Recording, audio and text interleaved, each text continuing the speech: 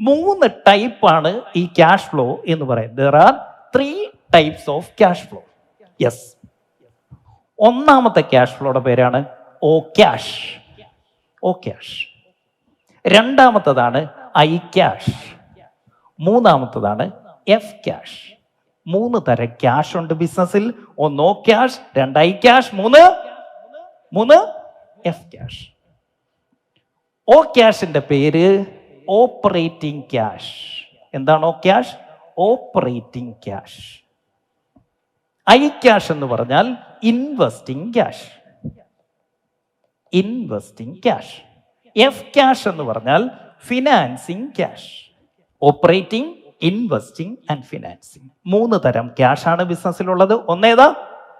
ഒന്ന് O cash, 2 ഉറക്കെ ബാക്കിൽ നിന്ന് കേൾക്കുന്നില്ല, 2, 3 F cash. Yes, operating, investing, financing. നമ്മുടെ ബിസിനസിന്റെ അകത്തെ മേജർ ആക്ടിവിറ്റി എന്താ? നമ്മുടെ പ്രൊഡക്റ്റ് അല്ലെ സർവീസോ വിൽക്കുകയോ വാങ്ങുകയോ ചെയ്യുന്നു, അല്ലേ? ഇതാണല്ലോ നമ്മുടെ മേജർ ആക്ടിവിറ്റി. അങ്ങനെ നമ്മുടെ ബിസിനസ്സിലെ മേജർ ആക്ടിവിറ്റിക്ക് വേണ്ടിയിട്ട് നമ്മളുടെ ബിസിനസ്സിൽ നിന്ന് അങ്ങോട്ട് പോകുന്നതോ ഇങ്ങോട്ട് വരുന്നതോ ആയിട്ടുള്ള ക്യാഷ്, അതാണ് O cash. Cash in and cash out. അപ്പം ക്യാഷിന് 2 സോഴ്സ് ഉണ്ട്. ഒന്ന് കാശ് വരുന്നു, ഇതൊരു ടാങ്ക് ആയിട്ട് കണ്ടാൽ മതിയേ. ഇതെല്ലാം ഒരു ടാങ്ക് ആയിട്ട്, ഒരു വാട്ടർ ടാങ്ക്. ഈ വാട്ടർ ടാങ്കിലേക്ക് നമ്മൾ വെള്ളം ഒഴിക്കുന്നു. ഇത് മോട്ടോർ വെച്ചിരിക്കുകയാണ്, ഈ പൈപ്പിൽ നിന്ന് വെള്ളം വീഴുന്നു. അപ്പൊ ഇത് ക്യാഷ് ഇൻ, വെള്ളം വരുന്നു. ഇവിടെ എന്താണ്? ഇത് പുറത്തേക്ക് പോകുന്നു, ക്യാഷ് ഔട്ട്. അപ്പൊ ഇന്നും ഉണ്ട് ഔട്ടും ഉണ്ട്.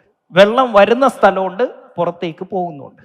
അപ്പം ഓ ക്യാഷ് എന്ന് പറഞ്ഞാൽ നമ്മുടെ ബിസിനസ്സിലെ മേജർ ആക്ടിവിറ്റി, ലൈക്ക് സെയിൽസ്, കസ്റ്റമറിൽ നിന്ന് വരുന്ന പൈസ, സെയിൽസിൽ നിന്ന് വരുന്ന പൈസ, നമ്മളുടെ POS മെഷീൻ ഇല്ലേ, സ്വൈപ്പിംഗ് മെഷീൻ, അതിൽ വരുന്ന പൈസ, അതുമല്ലെങ്കിൽ ഇനി ക്യാഷ് ആയിട്ട് കിട്ടുന്ന പൈസ, അല്ലെങ്കിൽ അക്കൗണ്ടിൽ വരുന്ന പൈസ.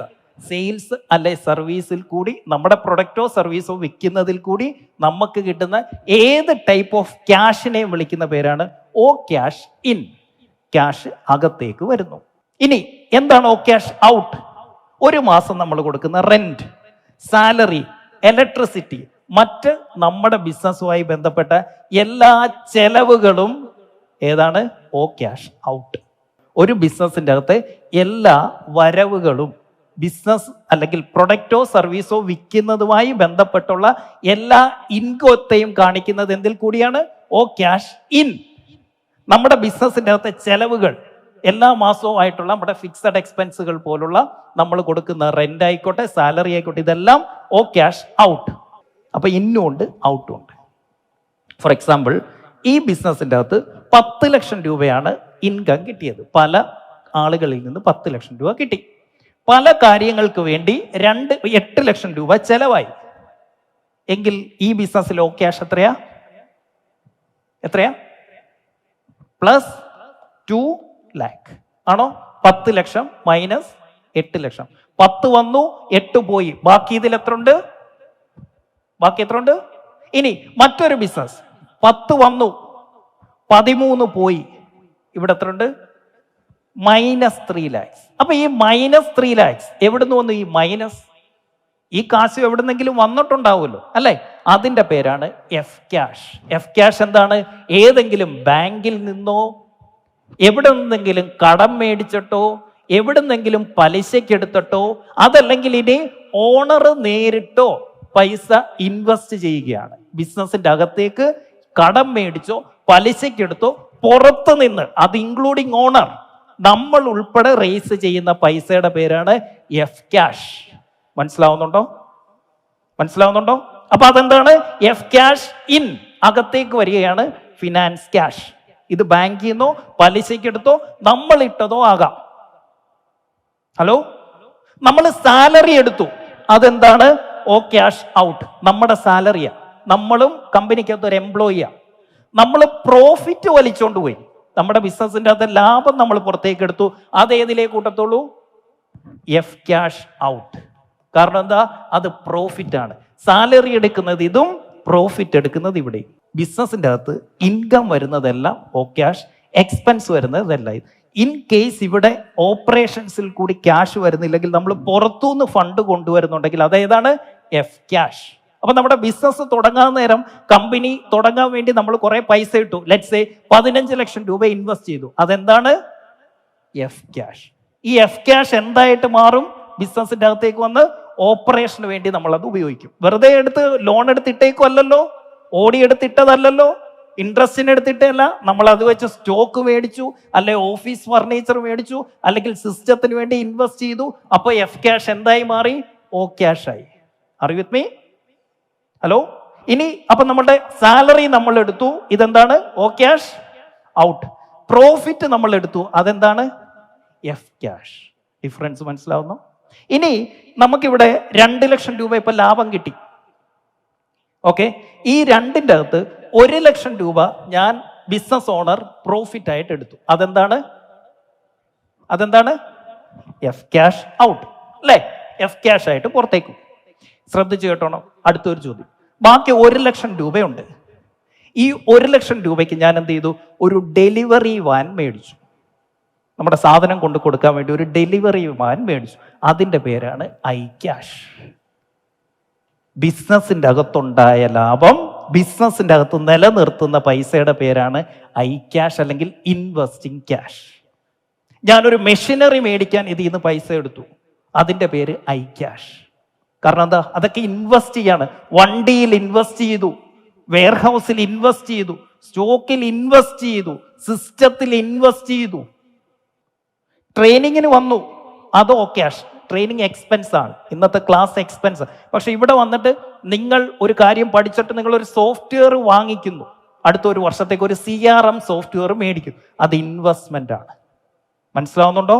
ഇൻവെസ്റ്റിംഗ്. നിങ്ങളൊരു കമ്പ്യൂട്ടർ മേടിച്ചു, ഒരു അസറ്റ് പർച്ചേസ് ചെയ്യുന്നു, അതാണ് I cash. Are you with me?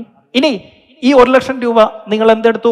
Reserve ഫണ്ടാക്കി മാറ്റി. എന്നെങ്കിലും കമ്പനിക്ക് ഒരു സ്ട്രഗിൾ ഉണ്ടാകുന്ന സമയത്ത് ഉപയോഗിക്കാൻ വേണ്ടി മാറ്റി വെച്ചു, അതിൻ്റെ പേരാണ് ഐ ക്യാഷ്. ഇൻവെസ്റ്റ് ചെയ്യാൻ വേണ്ടി നമ്മൾ FD ആയിട്ടോ അല്ലെങ്കിൽ നമ്മൾ ക്യാഷ് ആയിട്ടോ റിസർവ് ഫണ്ടായിട്ടോ എമർജൻസി ഫണ്ട് മാറ്റി വെച്ചു, അതെന്താണ്? I cash. നിങ്ങളുടെ യഥാർത്ഥ പ്രശ്നം, നിങ്ങൾക്കാകെ അറിയാവുന്നത് ഈ ഒരൊറ്റ ക്യാഷേ ഉള്ളൂ. നിങ്ങൾക്കെല്ലാം കൂടെ ഒരക്കൗണ്ടേ ഉള്ളൂ. ഒരൊറ്റ അക്കൗണ്ടിലിട്ടാണ് എല്ലാ പരിപാടിയും. പക്ഷേ ബിസിനസ്സിൽ ഡിഫൻസ് സൈഡിൽ നമുക്ക് എന്ത് വേണം? ഏറ്റവും കുറഞ്ഞത് 3 അക്കൗണ്ടുകൾ വേണം. 1 എന്തിനു വേണ്ടി? ഓപ്പറേഷൻസ് കാര്യങ്ങൾക്ക് വേണ്ടി. 2 എന്തിനു വേണ്ടി? ഇൻവെസ്റ്റ്മെന്റ് കാര്യങ്ങൾക്ക് വേണ്ടി. 3 എന്തിനു വേണ്ടി? ഫിനാൻസിങ് കാര്യങ്ങൾക്ക് വേണ്ടി. നമ്മുടെ ബിസിനസ് നല്ലതാണോ അല്ലയോ എന്നുള്ളത് രാവിലെ ചെക്ക് ചെയ്തിട്ട് മുന്നോട്ട് പോയാൽ മതി. സോ ലെറ്റ്സ് ടേക്ക് അവർ ഓ ക്യാഷ്. നിങ്ങളിപ്പോൾ ചെയ്യേണ്ട ഇതാണ്. ശ്രദ്ധിച്ച് കേൾക്കുക, എന്നെ ഇങ്ങോട്ട് നോക്ക്. നിങ്ങൾക്കിപ്പോൾ ഫോൺ എടുക്കാം, ഞാൻ പറഞ്ഞതിന് ശേഷം നിങ്ങളുടെ അക്കൗണ്ടന്റുമായിട്ട് വേണമെങ്കിൽ കണക്ട് ചെയ്യാം, നിങ്ങൾക്ക് ആരെ വേണമെങ്കിലും വിളിക്കാം. അടുത്ത 10 മിനിറ്റ് സമയമുണ്ട്. ഈ 10 മിനിറ്റിൽ നിങ്ങൾ ചെയ്യേണ്ട കാര്യം ഇതാണ്. ഏപ്രിൽ, മാർച്ച്, ഫെബ്രുവരി ഈ 3 മാസത്തെ നിങ്ങളുടെ വരവ് എത്രയായിരുന്നു, ചെലവ് എത്രയായിരുന്നു ബിസിനസ്സിലെ? ഏപ്രിൽ മാസത്തിൽ എത്ര വരുമാനം ഉണ്ടായിരുന്നു? ക്യാഷ്, ടേൺ ഓവർ അല്ല. എത്ര ക്യാഷ് വന്നു, എത്ര ക്യാഷ് പോയി ഏപ്രിൽ മാസത്തിൽ? മാർച്ചിൽ എത്ര ക്യാഷ് വന്നു, എത്ര ക്യാഷ് പോയി? ഫെബ്രുവരിയിൽ എത്ര ക്യാഷ് വന്നു, എത്ര ക്യാഷ് പോയി? ഇത് മൈനസ് ഇത്, ഇത് മൈനസ് ഇത്, ഇത് മൈനസ് ഇത്. ഓരോ മാസത്തെയും ഓ ക്യാഷ് എത്ര? പോസിറ്റീവ് ആണോ, നെഗറ്റീവ് ആണോ, ന്യൂട്രൽ ആണോ? പോസിറ്റീവ് എന്താ? 10 ലക്ഷം രൂപ വന്നു, 8 ലക്ഷം രൂപ ചെലവായി, 2 ലക്ഷം രൂപ ലാഭം, പോസിറ്റീവ്. 10 ലക്ഷം രൂപ വന്നു, 10ഉം ചെലവായി, ഒന്നുമില്ല, ന്യൂട്രൽ. 10 വന്നു, 13 ചെലവായി, 3 മൈനസ്, നെഗറ്റീവ്. നിങ്ങളുടെ ബിസിനസ് പോസിറ്റീവ് ആണോ, ന്യൂട്രൽ ആണോ, നെഗറ്റീവ് ആണോ? ഇപ്പൊ ചെക്ക് ചെയ്യണം. ട്രാൻസ്ഫോർമേഷൻ, നമ്മളെന്ന വ്യക്തിയിൽ ഉണ്ടാകുന്ന മാറ്റം, അതാണ് ഇന്ന് സംഭവിക്കാൻ പോകുന്നത്. Transformation doesn't happens in isolation. ഒറ്റയ്ക്കിരുന്ന് മാറ്റങ്ങൾ കൊണ്ടുവന്ന ഒരാളും ഈ ലോകത്തില്ല.